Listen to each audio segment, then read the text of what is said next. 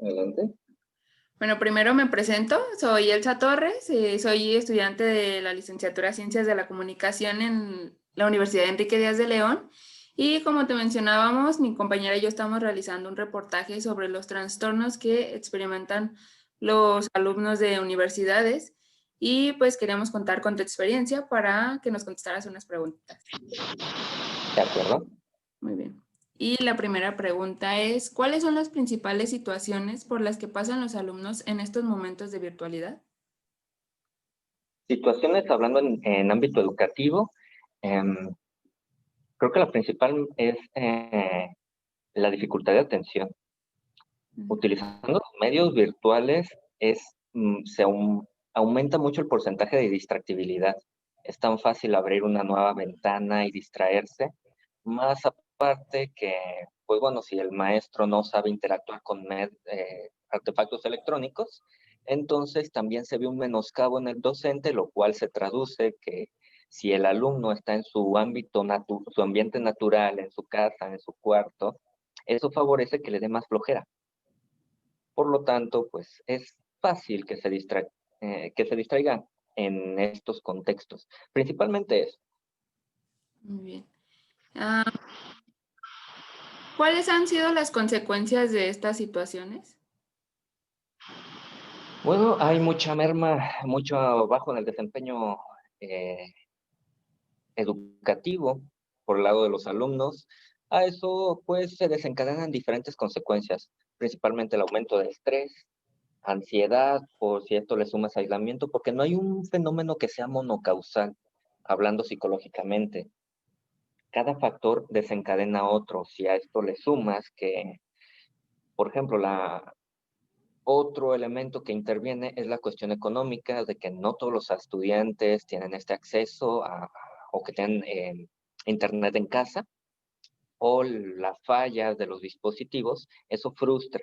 Por lo tanto, si el alumno no se conecta a cierta hora, em, pues pierde los contenidos de la materia, por lo tanto no tiene el aprendizaje esperado. La revisión y ver la clase en video para los que se graban no es lo mismo porque se pierde la interacción persona a persona. Si los factores de distractibilidad que te comentaba hace un momento están presentes en un enlace en vivo, cuando es un enlace grabado, se sienten todavía más. Entonces, ¿qué más? Bueno, desencadena varias cosas. Frustración, estrés, la sensación de no estar aprendiendo, traducido a, dependiendo de la persona, que los alumnos se sientan poco capaces de realizar y se sientan también como en cierto sentido injustos. Creo que todos o la gran mayoría de estudiantes concuerdan que ya desean volver a la presencialidad, sino de que a todos se les ha hecho bastante difícil. Sí, la verdad que sí. ¿Qué trastornos son los más recurrentes? Mira, hablando de trastornos en cuanto al diagnóstico del DSM, al Manual Diagnóstico y Estadístico de los Trastornos Mentales, es complicado decirlo. Hablando en estos términos, bueno, desde mi profesión, desde mi enfoque especializante, yo soy maestro en psicoterapia psicoanalítica y el DSM nos marca cierto lineamiento, pero yo no lo manejo tanto así porque los trastornos desde el psicoanálisis se leen de manera distinta. Em, bueno, creo que es más acertado mencionarte los síntomas que son con los cuales se diagnostican los trastornos. Ujú. Estos son el aumento de estrés, ansiedad, la sensación de desvalimiento.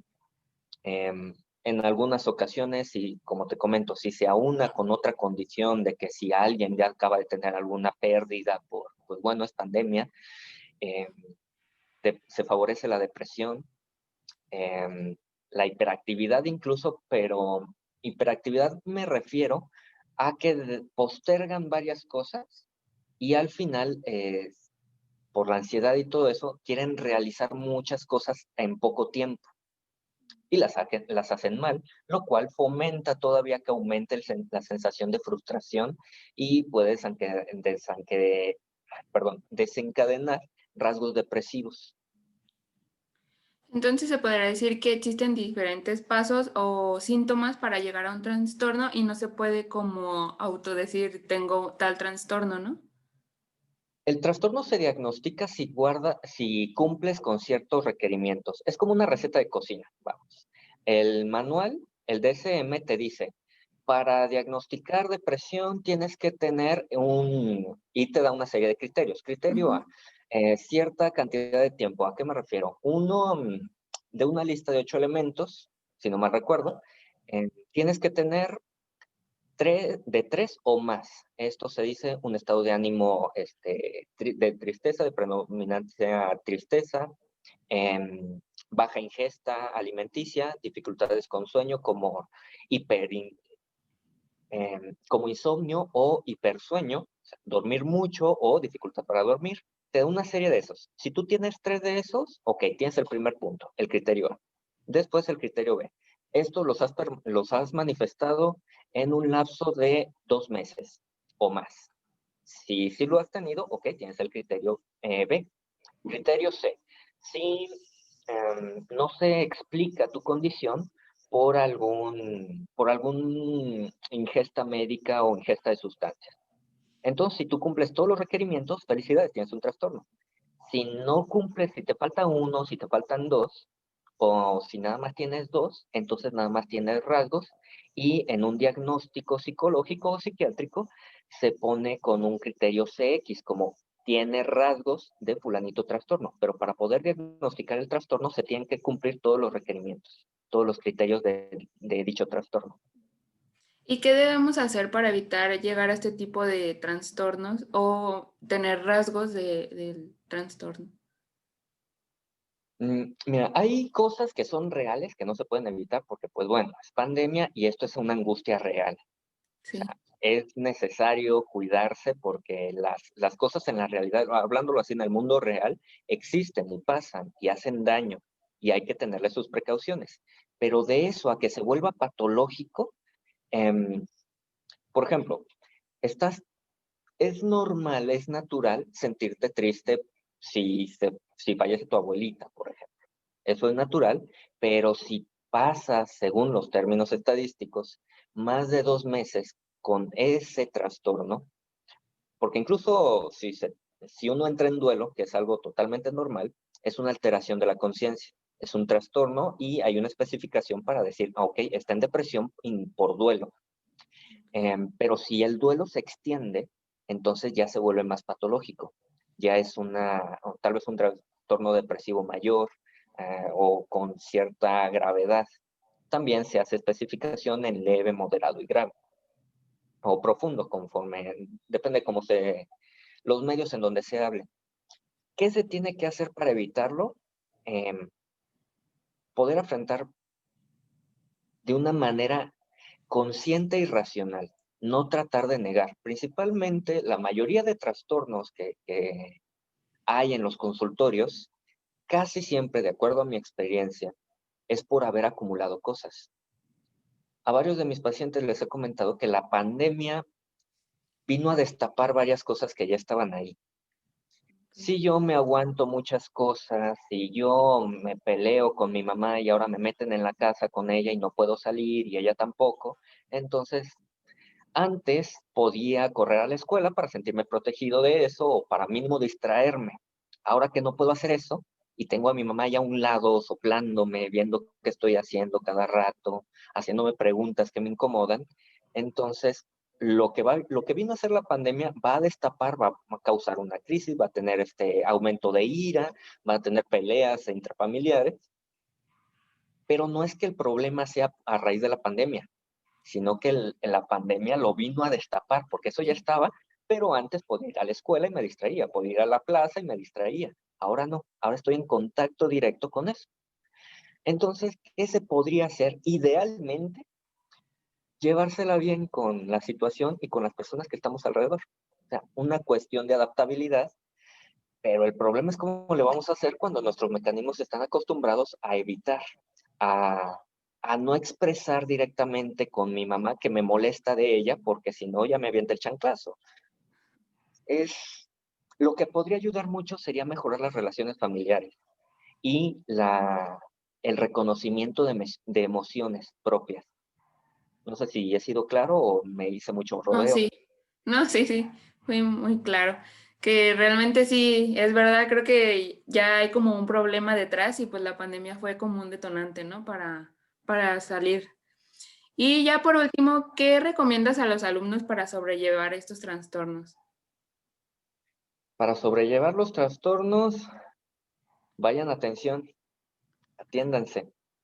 Si ya están diagnosticados con un trastorno, pues busquen atención, porque, mira, si el trastorno se genera dentro de casa, si se quedan dentro de casa, difícilmente lo van a resolver, porque no se tienen los elementos. Sería buscar otras alternativas. Em, Otra manera para hacerlo es mantenerse ocupados, que es una forma de evadir. En psicoanálisis le llamamos sublimar. Con esto nos referimos a hacer algo socialmente aceptado para sacar mis deseos inconscientes. Es decir, si yo soy una persona muy agresiva por mi estilo de vida, por cómo me he criado y por todas las cosas que he acumulado, ser agresivo socialmente eso está moralmente mal. Pero si me meto a practicar box, ser agresivo está moralmente bien. Ok. Eso es sublimar. O unas formas para sublimar es hacer ejercicio, practicar algún deporte, em, algún pasatiempo, leer, hacer actividad física y artística también, tocar algún instrumento, pintar, escribir. Todo eso ayuda a que las cuestiones que cada quien se guarda y que no se anima a decir, eh, se mantengan un poco. Es como vaciar el vaso para que no se derrame. Pero pues lo interesante es evitar que siga goteando o que se siga aumentando ese vaso, pero para eso pues es la atención clínica. Ok. Bueno, pues esas serían todas las preguntas y te agradezco mucho la entrevista y también una disculpa por el percance de ayer. No, no te preocupes, justamente eso pues suele pasar con esto de la virtualidad. Pueden fallar los dispositivos, se puede ir el internet y cosas como esas, Sí, que también frustran. sí, cosas que se nos salen de las manos. Pero bueno, muchísimas gracias de verdad por poder contar contigo. Por nada, un gusto. Gracias, bonita tarde. Igualmente, bye.